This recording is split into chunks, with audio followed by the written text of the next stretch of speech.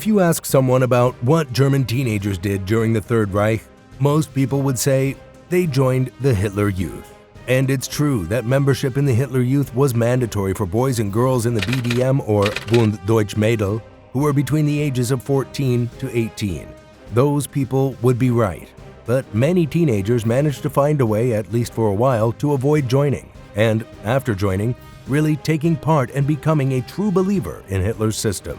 If you'd like to learn more about the Hitler Youth and BDM, please watch our video, The Stomach-Churning Events That Happened Inside the Hitler Youth. Before Hitler, there were many different groups of young people. One of the most famous was the Wandervögel, or wandering birds, who took trips to the woods, camped, played music and sang, and generally enjoyed nature. Many groups were only for boys, but in the years before Hitler, more and more girls were permitted to join. Especially in the cities and larger towns, most young German people, especially those who did not have to work, were exceptionally educated and proud of it. They didn't just play games and sing in these groups. They discussed politics, culture, art, and much more. After Hitler gained power, any groups separate from the Nazi Party and its ideology were broken up. Anyone belonging to one could be taken to court, given a fine, and even sent to jail for a short time. As you might imagine, the punishments got worse the more you were brought in, especially as Hitler solidified his grip on power and the war began. Many kids were beaten, tortured, imprisoned, and sent to camps. If released, they were often sent directly to the army, where they were forced to serve in the highly dangerous punishment battalions. Sadly, the teenagers and young adults sent to jail were sometimes sent there for simply listening to music or reading books that the Nazis had made illegal. Welcome to History on Fleek. Today we examine the lives of young people who dared to rebel during the Third Reich.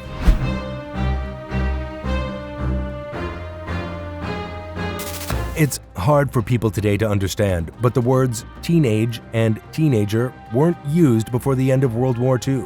Before the war, and especially during hard times like the Great Depression, young people in many ways had to grow up faster than they do today, at least regarding work and helping to keep the family above water and together. Teenagers then were often referred to as young men or young ladies, and many people still called them children. Teenage is an American word that came about immediately after the war to describe the young people between 13 and 18 who now lived in the most powerful and wealthy country known to man. And they weren't called upon to go to work or prepare for war. They had free time, which was another term that came about following the war, and many of them used their free time to rebel against their parents, the system, old music, clothing, the government, and more. Because of the popularity of American culture before the war and especially after it, people in Western Europe began referring to their young people by the English word too. The 50s had the beatniks, the 60s had hippies. While most beatniks and hippies were older, many teens adopted the clothing, style, slang, and causes of these movements. While many beatniks and hippies had run-ins with the law, most got away with a slap on the wrist, though quite a few were roughed up by the police, who were able to get away with a lot more than they are today as far as physical violence. It's even a cliche in some movies that a young adult would come home after being slapped around by the police after a protest and have their dad say to them, "Good, a little rough stuff might do you some good, get a job." Those American teenagers would have counted themselves lucky if they had have known more at the time about what the rebellious teenagers of Hitler's Third Reich went through.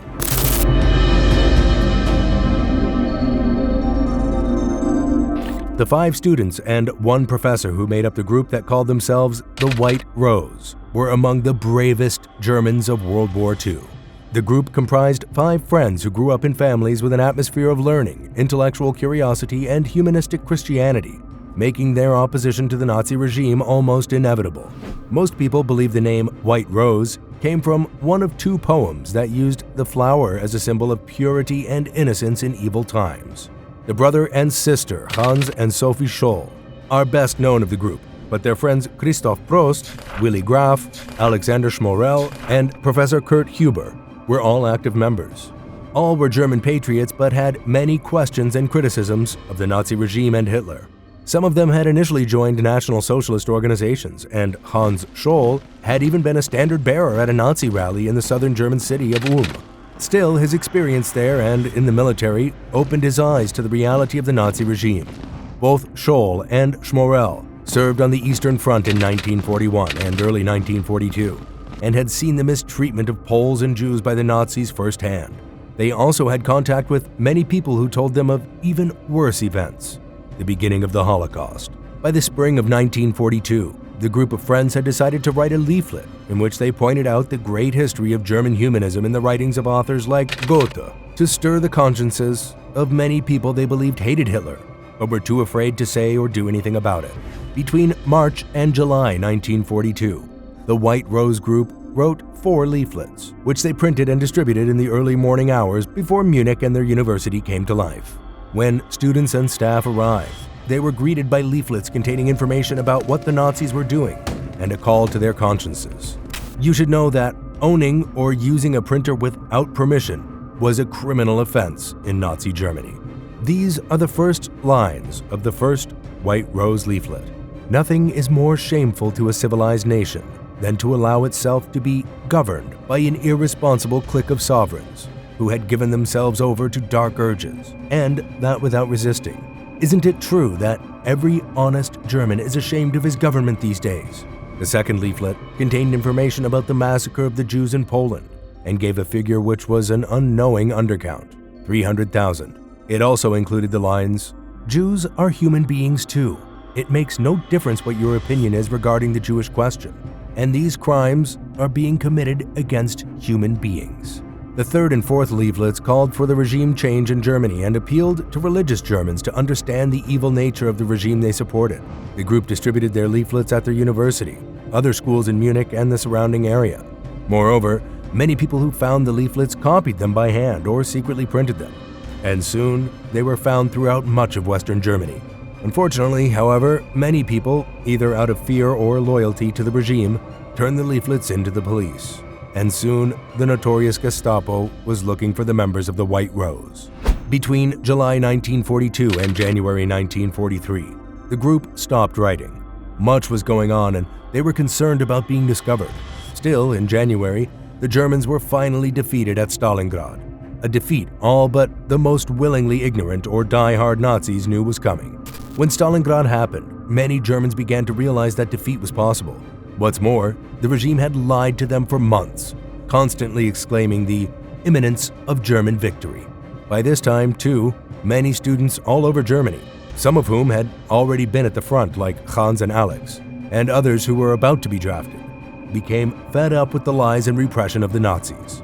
The Scholls attended the Ludwig Maximilian University, one of the most prestigious in the country, which was founded in 1452. And it was there that something happened that was rare in Nazi Germany, an anti-government riot.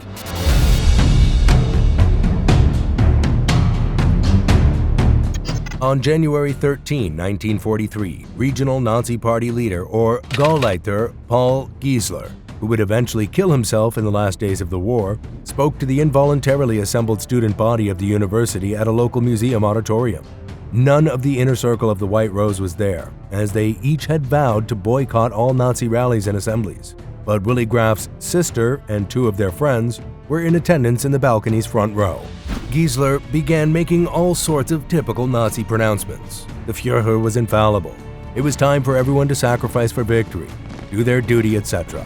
No one cheered or responded, even though the SS were at the doors, ensuring no one could walk out of Giesler's speech.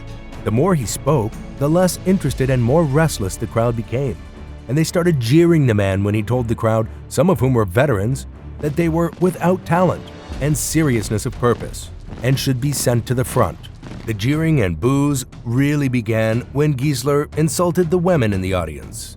The first time, he told them that the university was not a place for the well-bred daughters in attendance to shirk their duties. This got more boos, and some in the crowd began to stand up. The women on the balcony leaned over the edge and began to mock the Nazi official. The more the crowd jeered, the louder and more panicked the Gauleiter became.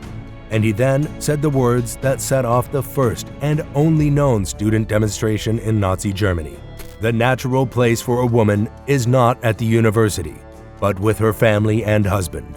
The women here need to be fulfilling their duties as mothers instead of studying, and they should present to the Führer with a child every year. Then one last comment. And for those women not pretty enough to catch a man, I'd be happy to lend them one of my adjutants. And I promise you that would be a glorious experience. And with that, the crowd began pounding their feet. Paper wads were thrown towards the stage, and though Giesler tried to keep talking, he was shouted down. A group of women had pushed their way out of the balcony, but after the stunned SS men got their wits about them, they moved into the balcony to force the remaining students, all young women, back into their seats. When that happened, the young men down below lost their minds and began fighting their way to the balcony. Fistfights broke out between the students and SS men, forcing the Nazis to retreat into the street. They were followed by a mass of students who gathered and shouted anti-Nazi slogans. The students did not completely lose their heads. They knew that the SS and Giesler had called in reinforcements, and they agreed to disperse. But first, many joined hands, began singing old singing club songs about freedom, and marched down to the Isar River, where they dispersed. Most of the students were not arrested or brought in. Higher officials actually forced Giesler to apologize for his comments about women in another involuntary assembly 2 weeks later. Still, he ruined that with a demand that all disorders stop. If they didn't, he would send every man to the front.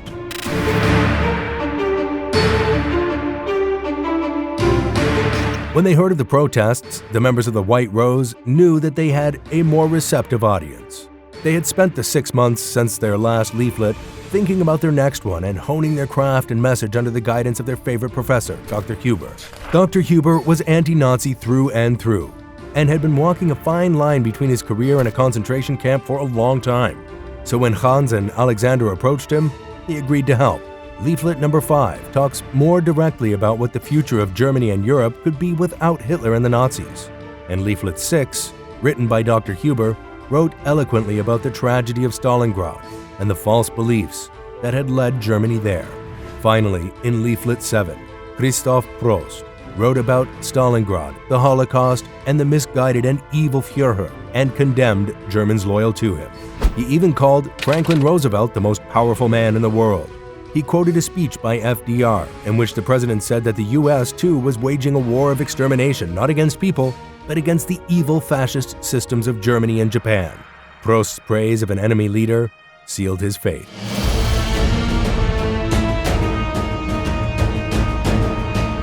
On February 18, 1943, Hans and Sophie went to the university when they knew large lectures were happening. They left their leaflets outside the lecture hall, walking up nearby stairs, when Sophie noticed a few leftover flyers clinging to the inside of the attaché case they were in. Without thinking, she gathered them and flung them down the stairs, just as a janitor looked her way. The janitor, a member of the Nazi brown shirts paramilitary, ran after the brother and sister, screaming, "You're under arrest!" and grabbed them just as the lecture hall emptied. He took them to the university president's office, where they waited silently for what they knew was coming. So did Professor Huber, who was in the crowd outside the office. Christoph Prost was arrested shortly after. A fragment of his leaflet number 7 was found on Hans Scholl, though he had tried to destroy it. Unfortunately, the writing matched his friends, and Prost was picked up. Over the next couple of weeks, the core of the White Rose group had been picked up, and what's more, several other students and friends who had agreed to help distribute leaflets were arrested too. Hans Scholl immediately confessed to his role, taking all of the responsibility for the group and its actions. Sophie was initially thought an unwitting member of the group, or innocent, until she confessed her role in an attempt to save the others, including her brother, who she was kept apart from. The trial of Sophie, Hans, and Christoph was a show trial led by one of the most notorious men in Nazi Germany, Judge Roland Freisler, who would later preside at the trial of the July 20th, 1944 bomb plotters who attempted to kill Hitler.